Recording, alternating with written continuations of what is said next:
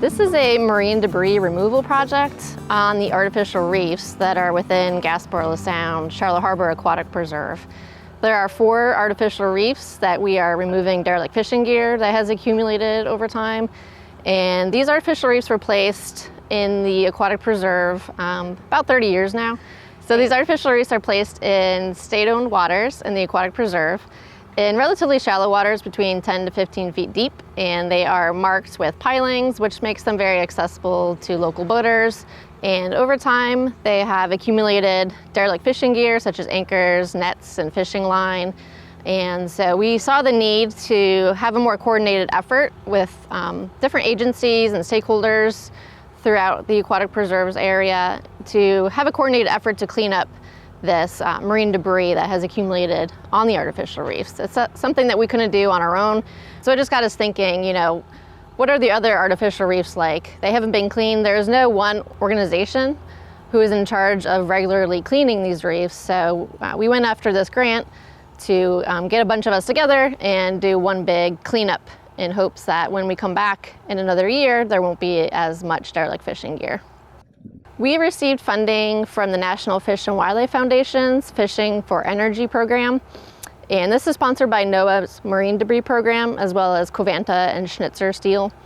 Fishing for Energy program is a no-cost solution opportunity for communities and fishermen to reduce derelict fishing gear in the marine environments. The Charlotte Harbor Aquatic Preserves were chosen as one of the grant opportunities because they really identified a clear opportunity out here in these preserves as to why it was important to remove derelict fishing gear and marine debris from these environments and to improve the ecosystems, both for the benefit of the reefs as well as for the species that are out here.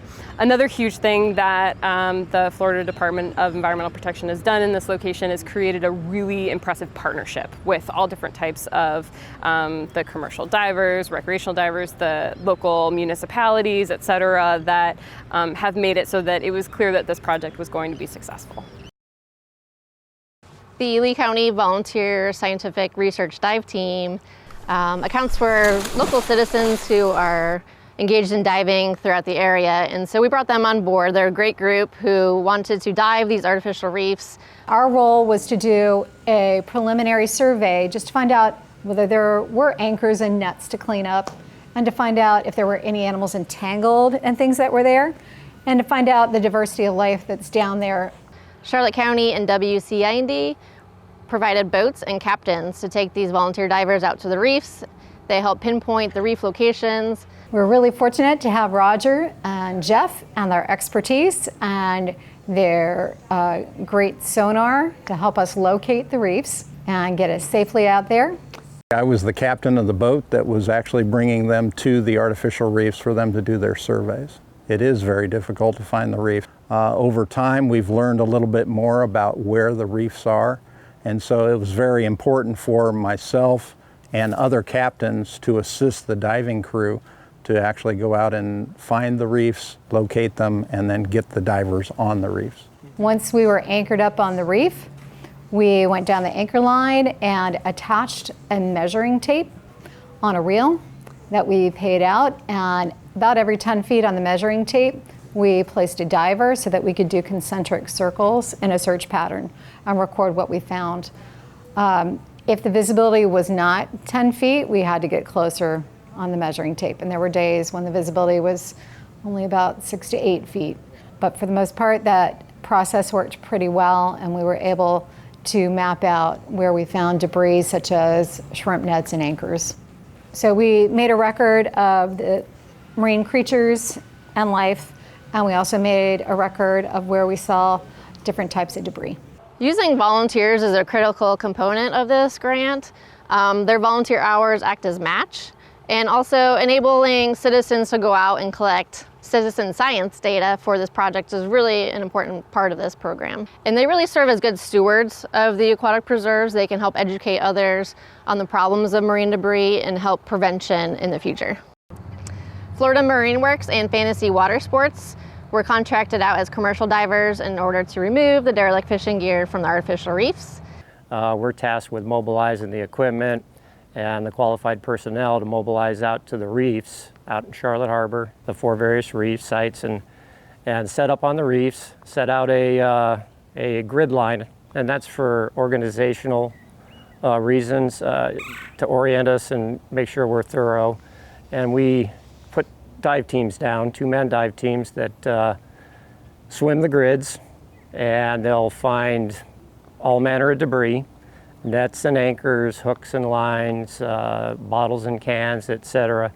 And then we'll take buoys and mark the heavy debris and tie it into clusters, and then we will send a roving diver or come back with a chase boat and then retrieve the debris back up with flotation or lines or winching and lift it up into the vessels, and then it's all cataloged and stored. We're also tasked with collecting data, fish types, fish counts, all the marine life we encountered, including invasive species that may be present. We correlate that onto a very precise data sheet with GPS coordinates, and those are all turned back over to the administrative end, and they use all that data to formulate health of the environment. The marine debris removal efforts were able to remove a lot of derelict fishing gear on the artificial reefs. They removed over 257 anchors, 32 fishing poles, thousands of feet of fishing line and rope, many hooks, lures, and tackle. We saw some really nice anchors down there. Boys and girls, you don't want to anchor in a reef. You will lose your nice anchor. We did see some nets, cast nets and shrimp nets. That concerned me the most because that would be the biggest danger of entanglement. We needed to remove this debris from the water because the material breaks down. Plastic breaks down, that kind of stuff breaks down into materials that shouldn't be in our waters. It is actually polluting the waters. The other thing is that entrapment of organisms like fish, the nets actually capture fish and other organisms and can actually kill them over time.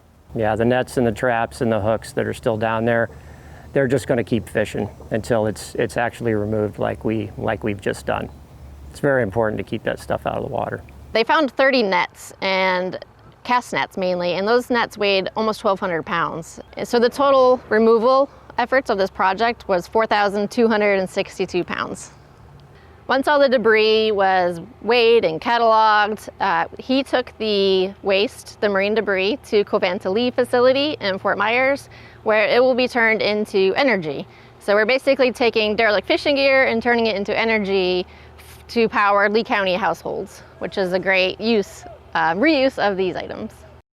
Derelict fishing gear is one of those topics where for whatever reason, a lot of folks don't really know about derelict fishing gear, but in actuality, it is one of the most impactful marine debris that's in our environments. And so I love this program. I love Fishing for Energy because derelict fishing gear is one of those things that we need to be working on and addressing, both by doing this education outreach, but also by the removal and prevention. And so I just want folks to know that derelict fishing gear is a really important topic, and I'm happy to be, working with people like the Florida Department of Environmental Protection to be dealing with it.